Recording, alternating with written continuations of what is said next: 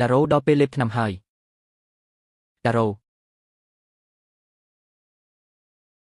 ដល់ពេលលេបថ្នាំហើយ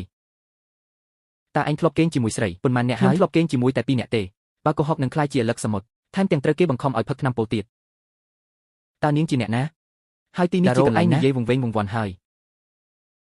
ខ្ញុំគឺម៉ារ៉ុងតើទីនេះជាផ្ទះរបស់យើងនៅស្រុកហួយតុងនឹងណាម៉ារ៉ុងស្រុកហួយតុង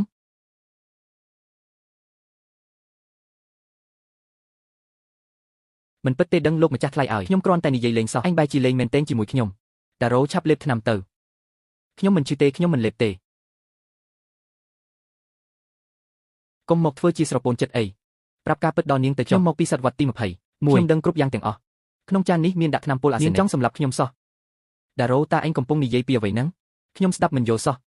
ទឹកថ្នាំមួយចាននេះខ្ញុំបានប្រើប្រាក់500 វិនដើម្បីទិញវាណាវាល្មមសម្រាប់ផ្ទះយើងហូបបាន3ថ្ងៃណោះ